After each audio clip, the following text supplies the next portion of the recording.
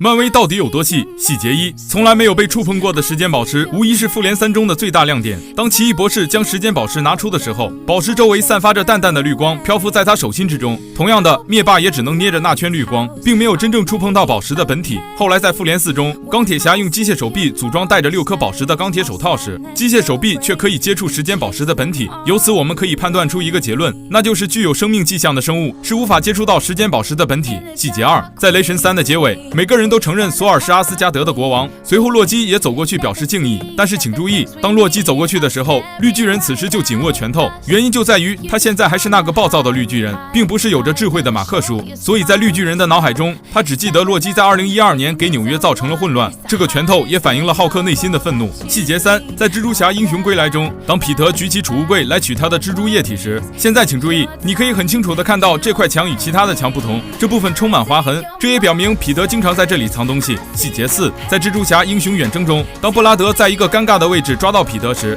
实际上这个女特工只是来送隐形服的，但布拉德不管那么多，随后拍了一张照片并决定给 MJ 看，从而让两人之间产生隔阂。但在伊迪丝的帮助下，彼得设法从布拉德手机中删除了照片。当然这些都是我们知道的，但最后有一个细节，就是当老师告诉学生要去看歌剧时，可以发现他们每个人都对该决定感到失望，然而布拉德却在一旁不停地滚动手机，他还在努力找出那张照片的去向，甚至还给了彼得一个邪恶的眼神。我敢肯定大家当时都没有注意到他，因为场景主要集中在老师和彼得身上。细节5：这个细节可以称得上是最牛的之一。在蜘蛛侠英雄无归中，当彼得还穿着纳米服时，他的影子与套装完全吻合，意思就是蜘蛛侠头部的形状是圆的，所以影子也是圆的。但当彼得收回套装时，仔细看，他的影子也随之发生了变化。大家可能会觉得，难道这有什么问题吗？这不应该是正常原理吗？别急，最关键的来了。我们都知道蜘蛛侠的套装是电脑特效合成，但从以上2个场景能看出，漫威为了增加电影的真实性，实际上连蜘蛛侠的影子也做了特效。说实话，确实很佩服这点。细节6：在雷神3中，当海拉第一次出现时，我们可以看到她的衣服被撕裂了，甚至还带着一些轻微的伤痕，这也意味着她现在还没有自愈能力。但只要当海拉踏上阿斯加德后，她就能在几秒内治愈自己。